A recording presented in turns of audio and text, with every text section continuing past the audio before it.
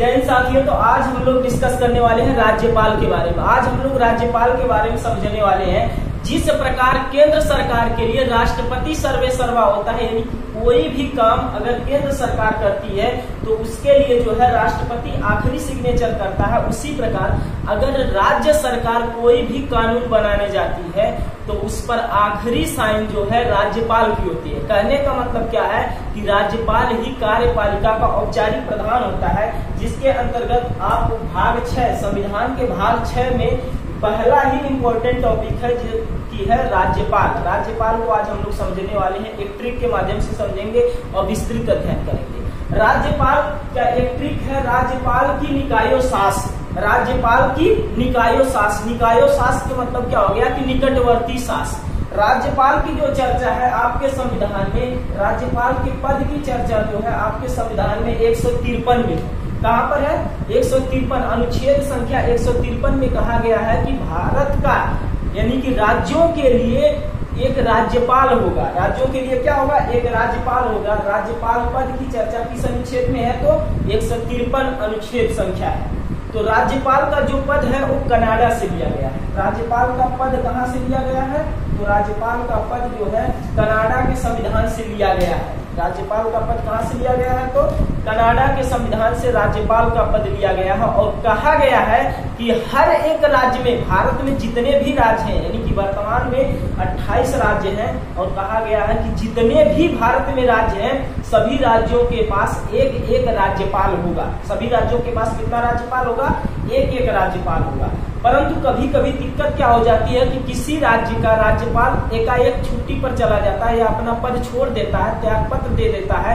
उस अवस्था में क्या होता है कि एक ही राज्यपाल, कितना राज्यपाल, एक ही राज्यपाल जो है 2 राज्यों को देख सकता है। एक ही राज्यपाल कितने राज्यों को देख सकता है, 2 राज्यों को देख सकता है। परंतु उसका जो वेतन होता है वह उतना ही होता है जितना राज्यपाल का वेतन पहले से होता है। यानी कि राज्यपाल का वेतन तक कितना होता है, अगर बात करेंगे राज्यपाल की वेतन की तो राज्यपाल का जो वेतन होता है 3.5 लाख रुपया होता है। तो आपके मन में एक क्वेश्चन उठ रहा होगा कि मान लीजिए कोई एक राज्यपाल है तो वो अगर 2 राज्य में शासन कर रहा है तो 3.5 गुना कितना हो गया, 7 लाख का उसका वेतन होगा का? नहीं भाई साहब, उसका वेतन जो होगा वह उतना ही होगा। वह डिपेंड करता है राष्ट्रपति के ऊपर कि वह राष्ट्रपति जी किस राज्य से वेतन इसको दिलाते हैं। अगर राष्ट्रपति जी चाहेंगे तो दोनों राज्यों से आधा आधा वेतन दिला सकते हैं, अदरवाइज जो बड़ा राज्य है उससे ज्यादा वेतन दिलवा देंगे, जो छोटा राज्य है उससे कम दिलवा देंगे। ठीक है ना। तो एक राज्य में एक राज्यपाल होता है। कभी कभी एक ही राज्यपाल 2 राज्यों को क्या कर सकता है, संभाल सकता है। परंतु 2 राज्यपाल कभी भी एक राज्य में शासन नहीं कर सकते हैं। 2 राज्यपाल कभी भी एक राज्य में शासन नहीं कर सकते हैं। तो आपको, मुझे आशा है कि पहला वाला अनुच्छेद जो है अनुच्छेद संख्या 53 जो है आपको समझ में आ गया होगा। अनुच्छेद 53 में 153 में क्या कहा गया है कि राज्यपाल के पद की चर्चा की गई है। किसकी चर्चा की गई है तो राज्यपाल के पद की चर्चा की गई है। आगे से अगर आप समझेंगे तो की से क्या होता है, की से होता है कार्यपालिका। कार्यपालिका का जो होता है राज्यपाल जो होता है वो कार्यपालिका का औपचारिक प्रधान होता है। जैसे इसके पहले आप पढ़े होंगे अनुच्छेद 53 में राष्ट्रपति जो होता है वो कार्यपालिका का औपचारिक प्रधान होता है। औपचारिक प्रधान कहने का मतलब क्या है कि वह केवल नाम मात्र का प्रधान होता है। नाम मात्र का यानी कि वास्तविक शक्ति राष्ट्रपति के हाथों में नहीं होती है।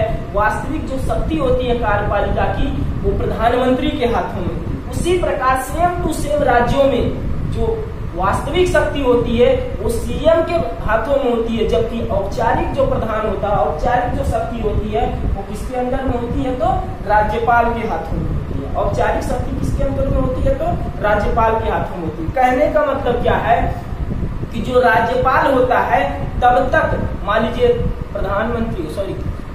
आपके मुख्यमंत्री जी कोई कानून पारित कराए, विधानसभा में कोई विधेयक लाए और उसको क्या कर दिए, पारित करवा दिए। अब वह विधेयक तब तक कानून का रूप नहीं लेगा जब तक उस पर आखिरी साइन किसकी ना हो जाए, राज्यपाल की ना हो जाए। उस पर आखिरी साइन होनी ही चाहिए, किसकी, राज्यपाल की। तब तक वह कानून का रूप नहीं लेगा जब तक उस पर आखिरी सिग्नेचर किसकी नहीं हो सकती है?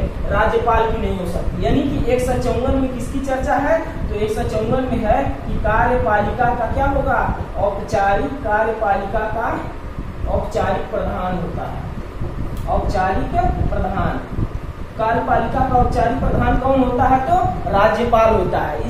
इस चीज की चर्चा की गई है आपके अनुच्छेद 154 में। ठीक है, आगे चलते हैं। आगे निकायों, नी से होता है नियुक्ति। नी से क्या होता है? नी से होता है नियुक्ति।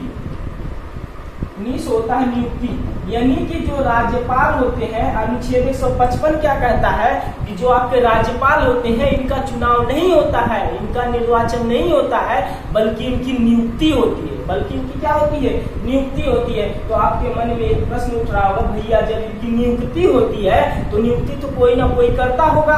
हाँ भाई साहब, करता है। कौन करता है? तो इनकी राज्यों के राज्यपाल की नियुक्ति जो होता है वो राष्ट्रपति जी करते हैं।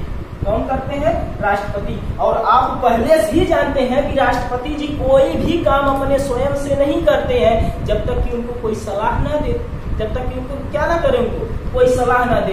तो आप जानते हैं कि इनको सलाह देने का काम जो है प्रधानमंत्री करते हैं। कहने का मतलब ये है कि अगर प्रधानमंत्री जिस भी व्यक्ति को चाह दिए कि यह व्यक्ति राज्यपाल होना चाहिए, उस व्यक्ति को राष्ट्रपति से क्या कर देंगे? सलाह दे देंगे कि महाराज जी क्या करिए, इनको राज्यपाल बना दीजिए फलाना जगह का। तो राष्ट्रपति जी उनको राज्यपाल क्या कर देंगे? नियुक्त कर देंगे। कहने का मतलब सिर्फ इतना है कि जो राज्यपाल होता है वो राष्ट्रपति के प्रसाद पर्यंत होता है। जो राज्यपाल होता है राष्ट्रपति के क्या होता है? प्रसाद पर्यंत होता है। ठीक है ना, आगे चलते हैं। का से होता है कार्यकाल। का से क्या होता है? कार्यकाल। कार्यकाल, राज्यपाल के कार्यकाल की चर्चा जो है अनुच्छेद 156 में की गई है। किसमें किया गया है? अनुच्छेद संख्या 156 में कहा गया है कि जो राज्यपाल होता है उसका कार्यकाल निश्चित नहीं होता है, बल्कि यह राष्ट्रपति के प्रसाद पर्यंत होते हैं। जब राष्ट्रपति जी चाहेंगे तो उनको क्या कर देंगे? हटा देंगे, जब चाहेंगे तो नियुक्त कर देंगे। इसमें राष्ट्रपति को केवल और केवल नाम लिया गया है, जबकि सारा का सारा खेल जो होता है वो प्रधानमंत्री का होता है। कहने का मतलब क्या है कि प्रधानमंत्री ही क्या किए थे? इनको सलाह दिए थे कि भैया आप क्या करो, फलाना आदमी को राज्यपाल नियुक्त कर दो। अब आप क्या किए? अगर आपको राज्यपाल बना दिया गया, प्रधानमंत्री सलाह दे दिए राष्ट्रपति को कि भैया फलाना आदमी को क्या करिए, राज्यपाल बना दीजिए। और आप जब बन गए राज्यपाल तब तो कहें हमके के अब क्या करी, हम तो राज्यपाल हो ही गया रहीला। जब तान के चलेंगे, देखिए है कक्का बैठे हैं यहाँ पे, तुरंत क्या करेंगे? सलाह देंगे, बहुत ज्यादा उलट है यार, ला हम तो बना सकत हिला तो बिगाड़ सकत हिला। तुरंत क्या कर देंगे? छोटा सा अपने पर्सनल दुश्मनी के कारण राष्ट्रपति को सलाह दे देंगे कि भाई साहब जो राज्यपाल है ना, ये अच्छा आदमी नहीं है, सही से काम नहीं कर रहा है, इसको हटा दीजिए। इसको क्या करिए? हटा दीजिए। तो राज्यपाल को हटा दिया जाएगा। कौन हटा देगा? राष्ट्रपति हटा देगा। किसकी सलाह पर? प्रधानमंत्री की सलाह। कहने का मतलब यह है कि राज्यपाल जो होता है उसका जो कार्यकाल होता है निश्चित नहीं होता है। वो क्या होता है? केवल और केवल राष्ट्रपति के प्रसाद पर्यंत होता है। राष्ट्रपति के क्या होता है? प्रसाद पर्यंत होता है। आगे अगर आप बात करेंगे तो यो से होता है योग्यता। यो से क्या होता है? योग्यता होता है, जो कि है आपके अनुच्छेद 157। अनुच्छेद 157 में कहा गया है कि राज्यपाल बनने के लिए कौन कौन सी योग्यताएं होनी चाहिए। तो आप लोग पढ़े पढ़ाए हैं, सब कुछ रटाया ज्ञान है कि राज्यपाल जो सबके लिए योग्यता होती वही इसके लिए भी है। कहने का क्या मतलब है कि भारत का नागरिक होना चाहिए, पागल दिवालिया नहीं होना चाहिए। भारत का नागरिक होना चाहिए, पागल दिवालिया नहीं होना चाहिए, किसी लाभ के पद पर भी नहीं होना चाहिए। कहने का मतलब ना तू चपरासी हो चाहिए, ना तो कोनो बड़ा से बड़ा IAS अफसर हो चाहिए। कहने का मतलब यही है कि कोई भी सरकारी नौकरी नहीं करना चाहिए, ये होता है लाभ का पद। पागल दिवालिया ना हो। दिवालिया का मतलब क्या हो गया कि अगर आपकी पूरी की पूरी प्रॉपर्टी जो है 10 लाख रुपये की है, तो अगर आप 10 लाख रुपया से ज्यादा कर्जा ले लिए हैं, कहने का मतलब क्या है कि आप क्या हो गए हैं? दिवालिया हो गए हैं। अब पूरी की पूरी प्रॉपर्टी बेचेंगे तब भी वह कर्जा पूरा भर नहीं पाएंगे आप। तो ऐसा व्यक्ति नहीं होना चाहिए कि जो दिवालिया हो, उसकी प्रॉपर्टी से ज्यादा वह कर्जा लिया हो। ऐसा क्यों कहा गया?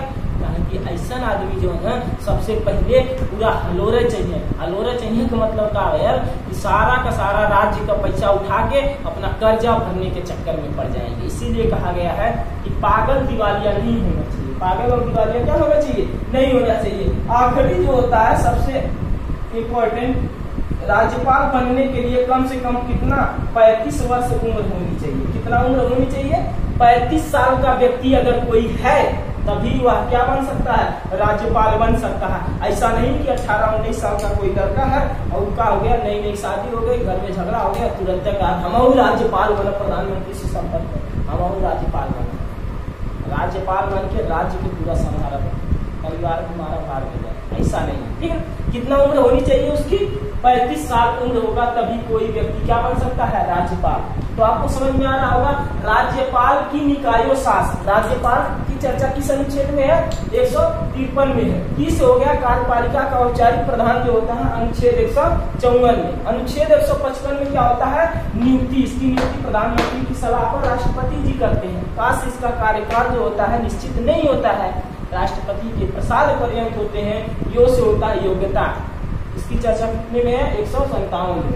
7 से आइए आगे आप आएंगे तो 7 से होता है शर्तें। शर्तें कौन कौन सी होनी चाहिए राज्यपाल बनने के लिए, तो राज्यपाल बनने के लिए मुख्य रूप से 3 प्रकार की शर्त है। पहली शर्त क्या है कि आप जानते हैं कि देश के अंतर्गत क्या होती है, संसद होती है। संसद के भी 2 भाग होते हैं, एक होता है लोकसभा, दूसरा होता है राज्यसभा। 2 चीजें होती है, एक होता है लोकसभा, एक होता है राज्यसभा। तो पहली शर्त क्या रखी गई है कि अगर आपको राज्यपाल बनना है ना, तो क्या करना पड़ेगा, ना तो आपको लोकसभा का सदस्य होना चाहिए, ना ही राज्यसभा का सदस्य। अगर लोकसभा या राज्यसभा में से किसी भी सदन के अगर आप सदस्य होंगे तो आपको राज्यपाल नहीं बनाया जाएगा। आपको राज्यपाल क्या किया जाएगा, नहीं बनाया जाएगा। अगला अगर आप देखेंगे तो अगली शर्त क्या होती है, राज्यों के लिए होता है विधानमंडल। राज्यों के लिए क्या होता है, विधानमंडल होता है। विधानमंडल के भी 2 सदन होते हैं, विधानसभा और विधान परिषद। इसके भी ना तो विधानसभा का सदस्य होना चाहिए, ना ही विधान परिषद का। अगर आप विधानसभा का भी सदस्य हैं तब भी आपको राज्यपाल नहीं बनाया जाएगा। आपको राज्यपाल क्या होगा, नहीं बनाएंगे। तो पहली शर्त क्या हो गई, ना तो संसद का सदस्य होना चाहिए, संसद का मतलब लोकसभा राज्यसभा का सदस्य नहीं होना चाहिए। और दूसरा शर्त हो गया, ना तो आपको विधानसभा और ना ही विधान परिषद का सदस्य होना चाहिए। ठीक है ना, क्लियर है। अब आगे चलते हैं, तीसरी जो शर्त होती है ये हो गया पहला।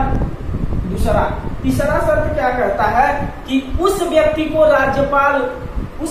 राज्यपाल कभी नहीं बनाया जाएगा जो उसी राज्य का निवासी है। कहने का मतलब क्या होता है कि अगर आप उत्तर प्रदेश के निवासी हैं तो आपको उत्तर प्रदेश का राज्यपाल कभी भी नहीं बनाया जाएगा, बल्कि उत्तर प्रदेश को छोड़कर बाकी कहीं का भी राज्यपाल बना दिया जाएगा। कहने का एक ही मतलब है कि उस व्यक्ति को उस राज्य का राज्यपाल नहीं बनाया जाएगा जिस राज्य का वह क्या है, निवासी।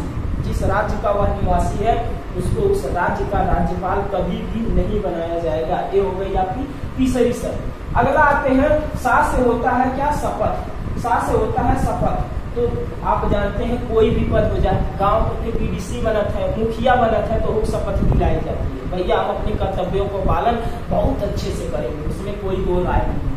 तो हर एक चीज का शपथ होता है। तो राज्यपाल राज्य का प्रथम नागरिक होता है, तो इसके लिए भी तो शपथ होनी चाहिए, इसके लिए भी इसको भी शपथ दिलाई जाती है। तो अब प्रश्न ये उठता है कि इसको शपथ दिलाने का काम कौन करेगा, राज्यपाल को जो शपथ दिलाने का काम कौन करेगा। याद करिए, इसके पहले आप राष्ट्रपति पढ़े हैं, राष्ट्रपति को शपथ दिलाने का काम कौन कर रहा था, तो राष्ट्रपति का आपका उत्तर होगा जो राष्ट्रपति होता था, राष्ट्रपति को शपथ दिलाने का काम सुप्रीम कोर्ट का मुख्य जस्टिस करता था, CJI chief justice of India करता था। राष्ट्रपति को शपथ कौन दिलाता था, भारत का सुप्रीम कोर्ट के मुख्य न्यायाधीश चीफ जस्टिस ऑफ इंडिया क्या करते थे, राष्ट्रपति जी को शपथ दिलाते थे। केंद्र सरकार के लिए राष्ट्रपति प्रथम नागरिक है, जबकि राज्यों के लिए प्रथम नागरिक कौन है, राज्यपाल है। तो राज्यों में कौन सी कोर्ट है, तो हाई कोर्ट है। तो हाई कोर्ट का मुख्य न्यायाधीश कौन होगा, CJH chief justice of high court. तो राज्यपाल को, इसको राज्यपाल को शपथ दिलाने का जो काम होता है राज्यों के chief justice of high court, राज्यों के मुख्य न्यायाधीश कराते हैं। कौन कराते हैं? हाई कोर्ट के जो है मुख्य न्यायाधीश ही राज्यपाल को शपथ दिलाने का कार्य करते हैं। अभी तक देखिए आप इतने अनुच्छेद पढ़ चुके हैं राज्यपाल के बारे में। सबसे पहला क्या था? राज्यपाल की चर्चा 153 में थी। अनुच्छेद संख्या 153 में राज्यपाल के पद की चर्चा थी, जो कनाडा से लिया गया, कनाडा के संविधान से। किस होता है? कार्यपालिका का औपचारिक प्रधान 154 में इसकी चर्चा थी। नी से था नियुक्ति की चर्चा 155 में थी कि इसकी नियुक्ति प्रधानमंत्री की सलाह पर राष्ट्रपति जी कर देते थे। अगला आपका है कार्यकाल। राज्यपाल का जो कार्यकाल है 156 में है। इसका कार्यकाल निश्चित नहीं होता है, जब बल्कि राष्ट्रपति के प्रसाद पर्यंत होते हैं। अगला योग्यता होती है। राज्यपाल की योग्यता की चर्चा 157 में की गई है कि कौन कौन सी योग्यता होना चाहिए। आगे अगर आप चलेंगे तो 7 से होता है कि कौन कौन सी शर्त होनी चाहिए। 158 में शर्तें रख दिया गया है, अगर आपको राज्यपाल बनना है तो कौन कौन सी शर्त होनी चाहिए, इसकी चर्चा 158 में कर दी गई है। और बल्कि आखिरी वाला जो होता है 159 में क्या कर दिया गया है, इसकी शपथ की चर्चा की गई है। तो इसकी शपथ दिलाने का काम राज्यों के यानी कि हाई कोर्ट के मुख्य न्यायाधीश करते हैं। ठीक है ना, इतना क्लियर है ना। आगे चलते हैं 160 पर। अनुच्छेद संख्या 160 क्या कहता है? अनुच्छेद 160 कहता है कि ऐसी कोई स्थिति जिसकी चर्चा हमारे संविधान में की ही नहीं गई है, उस स्थिति में अगर राज्यों के ऊपर कोई आफत आ जाती है तो उस समय भी उसको कंट्रोल करने का जो काम होगा वो कौन करेंगे? राज्यपाल करेंगे। अब भैया कंट्रोल कैसे करेंगे? कंट्रोल करेंगे तो उसके लिए कोई ना कोई क्या बनाएंगे? कानून बनाएंगे। तो आपको पता है कानून बनाने का काम कौन करता है? विधानसभा में होगा। विधानसभा में कब होगा? जब विधानसभा का क्या चल रहा होगा? सत्र चल रहा होगा। तो सत्र तो 3 ही होते हैं, बजट सत्र, मानसून सत्र, शीतकालीन सत्र, 3 सत्र होते हैं। का 12 महीना सत्र थोड़ी चलते हैं। जिस समय सत्र नहीं चल रहा है उस समय राज्य के ऊपर कोई आफत आ गई तो ना तो यहाँ पर विधायक सब लोग मौजूद थोड़ी है विधानमंडल में, विधानसभा में, तो कानून कौन बनाएगा? उस समय कानून बनाने का काम जो है कौन करेगा? राज्यपाल करेगा। उस समय कानून बनाने का काम कौन करेगा? तो राज्यपाल करेगा। इसकी चर्चा जो है 160 में है। 160 में किसकी चर्चा है? कि ऐसी स्थिति जिसकी चर्चा जो है हमारे संविधान में की ही नहीं गई है, उस स्थिति में भी राज्य को संभालने का काम जो है राज्यपाल ही करेंगे। अनुच्छेद संख्या 160 कहता है। ठीक है, आगे चलते हैं। आगे 161 के पास आते हैं। 161 में क्या कहा गया है? 161 में कहा गया है कि राज्यपाल की न्यायिक शक्तियों की बात की गई है।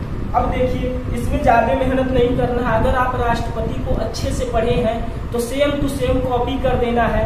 राष्ट्रपति के पास न्यायिक शक्तियां कितने प्रकार की थी?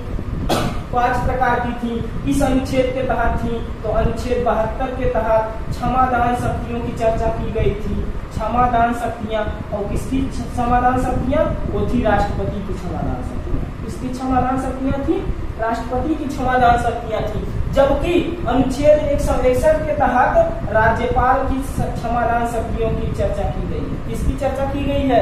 राज्यपाल की क्षमादान शक्तियों की चर्चा की गई है कि राज्यपाल राज्यों के नागरिकों को अगर कोई अपराध किया है, कोई व्यक्ति उसको सजा सुनाई गई है, तो किस प्रकार राज्यपाल उसको क्षमा कर सकते हैं, इसके बारे में चर्चा की गई है। ठीक है। अब राष्ट्रपति के पास भी क्षमादान शक्तियां कितनी थी? टोटल 5 प्रकार से किसी भी अपराध को, किसी भी सजा को क्षमा कर सकते थे राष्ट्रपति। Same to same copy print है राज्यपाल के पास भी 5 प्रकार की क्षमादान शक्तियां हैं। कितने प्रकार की क्षमादान शक्तियां हैं? 5 प्रकार की क्षमादान शक्तियां हैं। पहला क्या होता है? पहला होता है कि क्षमा। पहला क्या करते हैं? क्षमा कर देते हैं। कोई भी व्यक्ति कैसा भी, कितना भी घिनौना अपराध किया हो, उसको क्या कर सकते हैं? चाहे अगर राष्ट्रपति जी चाहे अगर उसको पूर्ण रूप से क्या कर सकते हैं? क्षमा कर सकते हैं। एकदम उसको नगण्य 0 कर सकते हैं। 1 दिन की भी सजा नहीं होगी। ये होता है राष्ट्रपति की पावर। जबकि राज्यपाल से ये वाली पावर हल्का से छीन ली गई है। कैसे छीनी गई है? इसलिए छीन ली गई है कि राज्यपाल, आप लोग जानते हैं कि आपके यहाँ टोटल 3 प्रकार की कोर्ट होती है। डिस्ट्रिक्ट कोर्ट, दूसरा होता है हाई कोर्ट, तीसरा होता है सुप्रीम कोर्ट। ठीक है, जिला में क्या होती है? डिस्ट्रिक्ट कोर्ट होती है। राज्यों के लिए होती है हाई कोर्ट, उसके लिए राष्ट्र के लिए यानी कि देश के लिए होती है सुप्रीम कोर्ट, सबसे बड़ी सर्वोच्च न्यायालय होती है। तो अगर आप डिस्ट्रिक्ट कोर्ट के फैसले से, आपको डिस्ट्रिक्ट कोर्ट का फैसला मंजूर नहीं है, तब कहाँ जाएंगे आप? हाई कोर्ट में जाएंगे। हाई कोर्ट ने अगर आपको क्या कर दिया, सजा सुना दिया, तो आपके पास ऑप्शन है, तो चाहे तो राज्यपाल के पास जाकर क्षमा करा सकते हैं। तो राज्यपाल के पास यह शक्ति होती है, 5 प्रकार की क्षमादान शक्ति होती है कि राज्यपाल उसको क्षमा कर सकता है। परंतु अगर किसी व्यक्ति को मृत्यु दंड दे दिया गया, फांसी दे दी गई है, तो फांसी की सजा को कभी भी राज्यपाल क्षमा नहीं कर सकता। राज्यपाल के पास यह शक्ति नहीं होती है कि किसी भी व्यक्ति के फांसी की सजा को वह एकदम जीरो नगण्य बना दे। फांसी की सजा को यह क्षमा नहीं कर सकता। फांसी की सजा को केवल और केवल राष्ट्रपति जी क्षमा कर सकते हैं। राज्यपाल के पास इस पावर नहीं होती है। अगला होता है, आप जानते हैं कि राष्ट्रपति के पास जो है सैन्य शक्ति होती है। कौन सी शक्ति होती है? यानी कि राष्ट्रपति जो है तीनों सेनाओं का प्रमुख होता है। राष्ट्रपति क्या होता है? तीनों सेनाओं का प्रमुख होता है। उसकी आधार पर, जबकि राज्यपाल जो होता है वो सेनाओं का प्रमुख नहीं होता है, इसीलिए राज्यपाल जो होता है सैन्य शक्ति के अंतर्गत राज्यपाल किसी भी सेना के कानून को तोड़ नहीं सकता। कहने का मतलब क्या है कि अगर कोई भी सैनिक अपराध किया है तो उसको कभी भी क्षमा नहीं कर सकता। राज्यपाल जो है किसी भी सैनिक को क्षमा नहीं कर सकता, तो नहीं कर सकता। बाकी सेम टू सेम राष्ट्रपति वाला करेगा। राष्ट्रपति वाला कहने का मतलब पहला क्षमा था। दूसरा क्या था? दूसरा है होता है लघुकरण। लघुकरण, लघुकरण के अंतर्गत क्या करते हैं? राज्यपाल जी अगर कोई भी व्यक्ति, इसके अंतर्गत क्या करते हैं? अपराध अगर सजा किसी को हुई है तो उसको क्षमा करेंगे। किस प्रकार क्षमा करेंगे? इसके अंतर्गत राज्यपाल जी क्या करते हैं कि अगर किसी भी व्यक्ति को, सपोज करिए किसी भी व्यक्ति को क्या हो गई है, 5 वर्ष की कठोर सजा हो गई है। क्या हो गई है? 5 वर्ष की कठोर सजा हो गई है। तो इसमें क्या करते हैं? लघुकरण के अंतर्गत क्या करते हैं? राज्यपाल जी लघुकरण के अंतर्गत सजा की प्रकृति को बदल सकते हैं। सजा की किसको बदल सकते हैं? प्रकृति को बदल सकते हैं, जबकि टाइम में कोई भी चेंज नहीं कर सकते हैं। कहने का मतलब 5 वर्ष की सजा है तो 5 वर्ष की ही सजा रहेगी। प्रकृति कैसे बदलेंगे? कठोर सजा है, कहने का मतलब जाके वहां पहाड़ तोड़वाएंगे, मेहनत करवाएंगे जेल में डाल के आपको, तो उस समय क्या कर सकते हैं? इस कठोर सजा को 5 ही वर्ष की सरल सजा में बदल सकते हैं। किसके अंतर्गत? लघुकरण के अंतर्गत। किसके अंतर्गत? लघुकरण के अंतर्गत। 2 चीजें समझ में आई। क्षमादान शक्तियों में पहला क्षमा, दूसरा लघुकरण, तीसरा आगे चलते हैं। अगला क्या होता है? पहला हो गया क्षमा, दूसरा हो गया लघुकरण, तीसरा होता है प्रतिहार। तीसरा क्या होता है? प्रतिहार। इसमें राज्यपाल जी क्या करते हैं? सजा की टाइम को बदल देते हैं, जबकि प्रकृति को, नेचर को नहीं बदलते। यहीं पर देख लीजिए, यही उदाहरण, अगर किसी व्यक्ति को 5 वर्ष की कठोर सजा है तो कठोर को कठोर ही रहने देंगे, उसमें कोई चेंज नहीं करेंगे। जबकि 5 वर्ष को 4 वर्ष कर सकते हैं, 3 वर्ष कर सकते हैं, या फिर 2 वर्ष कर सकते हैं। कठोर है तो कठोर रहेगी, परंतु टाइम क्या कर सकते हैं? घटा सकते हैं। किसके अंतर्गत घटाएंगे? प्रतिहार के अंतर्गत। इसके अंतर्गत अगर वो प्रतिहार के अंतर्गत क्षमा कर रहे हैं किसी अपराधी को, तो उसमें क्या करते हैं? टाइम को घटा देते हैं, जबकि उसकी जो प्रकृति होती है सेम टू सेम छोड़ देते हैं। ये चीज हम आपको राष्ट्रपति में भी बताए। ठीक है, आगे चलते हैं। अगला होता है विराम। क्या होता है? विराम। इसके अंतर्गत क्या करते हैं? अगर मान लीजिए राज्यपाल के पास कोई ऐसा मैटर आ गया जिसके अंतर्गत यह बताया गया कि जो अपराधी है उसका स्वास्थ्य ठीक नहीं है। उसका स्वास्थ्य, मान लीजिए किसी अपराधी को क्या करना था?